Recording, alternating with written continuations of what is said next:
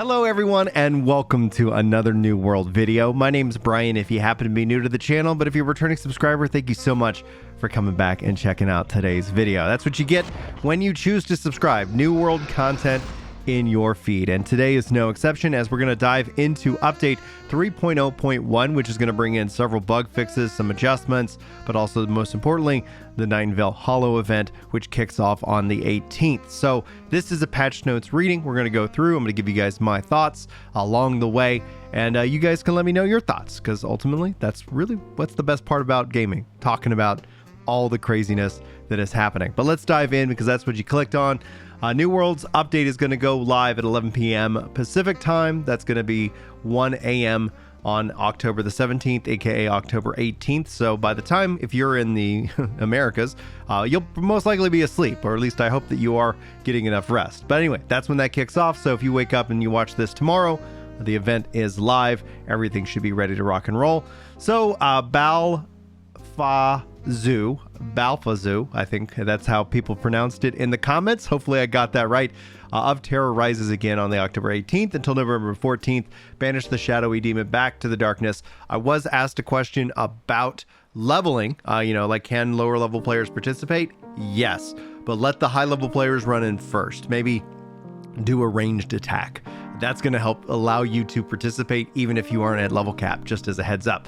The Umbral Rite store release, spirits from beyond the grave roam freely on Eternum, and more than the world at large. Best they don't know you too intimately. Check out skins like the Sheen Mask Bundle, the Fate-bound Odyssey Weapon Bundle, and Midnight Potence Armor Bundle, and the Ritual Hut, plus the T-Rex Walk emote and more, which will add to your collection. For me, absolutely T-Rex emote. I am an emote collector in this case. So for the notes, let's get into it. World experience. They fixed an issue that allowed players to go out of bounds during the Medusa Soul trial in the Elysian Wilds. They fixed an audio issue with Medusa's voiceover. They fixed an issue that allowed Ifrits in Inferium Forge to perform other attacks during the flamethrower.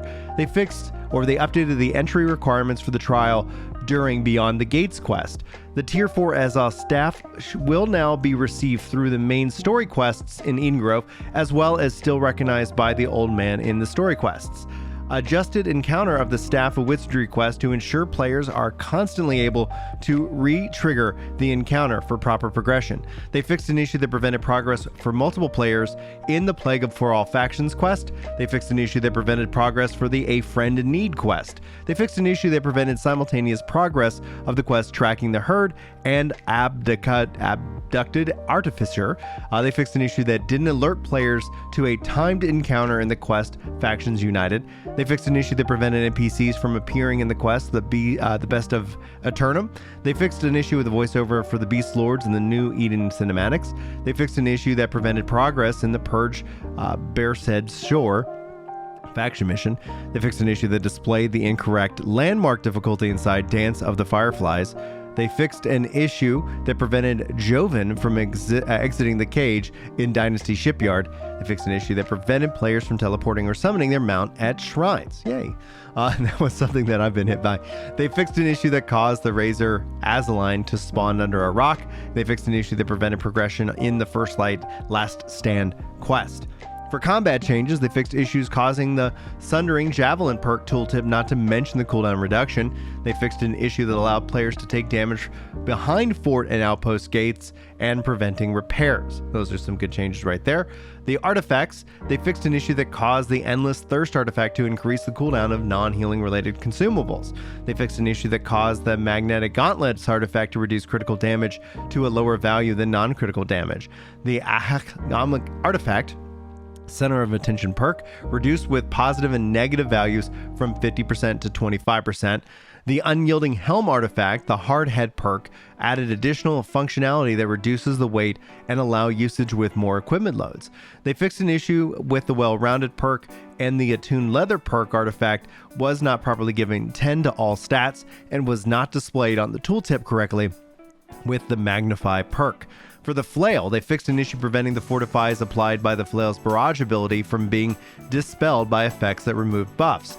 They fixed an issue that caused the Flail Arcane Vortex flailing stability upgrade to cleanse applied status effects that should not be applied or be able to be dispelled. They fixed an issue that caused the Flail Barrage, the Arcane Eruption, and the Arcane Vortex abilities to stop or cut short if activated while blocking. Now, adjusted the Barrage to not cancel during the startup prior to the forward transition.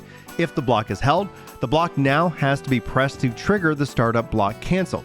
They adjusted the timing of the block and dodge cancels to be after the second hit of Vortex instead of the first. This also lines up better with the player's position. And they adjusted the timing of the block cancel for Arcane Eruption to line up better with the player's body position to reduce wonky animations during cancel. I gotta get a sip of water. And I'm gonna keep that in. Let's roll on. Mounts. They fixed an issue that caused sheath weapons to make loud sounds when riding on a mount. They fixed an issue that caused mounts not to animate correctly in various situations, like being fed. They fixed an issue that caused the mount race timer to not show up after players exited the expedition. They fixed an issue that prevented progression for players that crafted victuals in the Hungriest Horse quest. They adjusted the label on mounted attachments in the store to make it clear that they are attachment skins and not items. They shortened 4 mount races based off player feedback: 4-season tour, Baron of the Bogs tour, the Island tour, and the Sands of the Storm tour. For the economy, progression, and gear changes, cooking aptitude boxes now have a chance to roll bananas. Trophy mats now drop a flourishing aptitude crates as intended.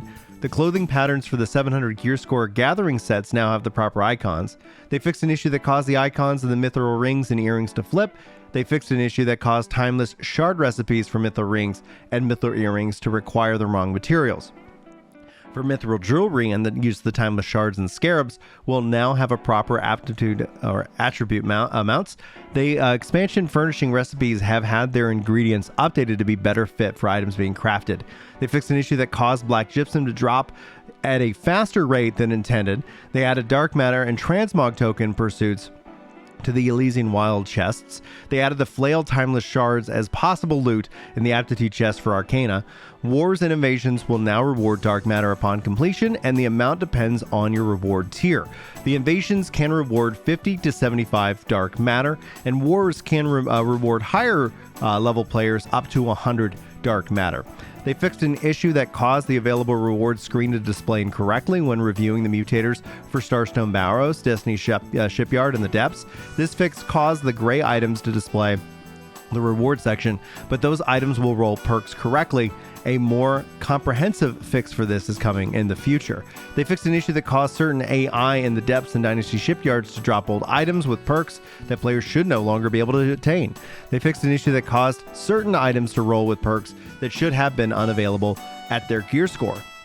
Rank 6 faction round shields have their refreshing ward perk swapped to keenly empowered, and some mutator accessories cannot be updated and will instead drop as a fixed version of the previous perk, like the focus and refreshing ward should now drop the perk as valid at that gear score. They fixed an issue that also then prevented the mount item from dropping in the Savage Divine. They fixed an issue that caused the Harbinger Life and Fire Staves to swap icons. They fixed an issue that caused duplicate health perk in the King of the Jungle head armor. They fixed an issue that caused the Dance of the Fireflies rewards to roll at a lower gear score than intended. For the UI and social changes, the game will now immediately activate Rise of the Angry Earth upon purchasing rather than on sign-in. Fixed an issue that soft lock players when canceling a pending purchase in the store. They fixed an issue that caused damage to health previews to be incorrect when spending points on the attribute screen.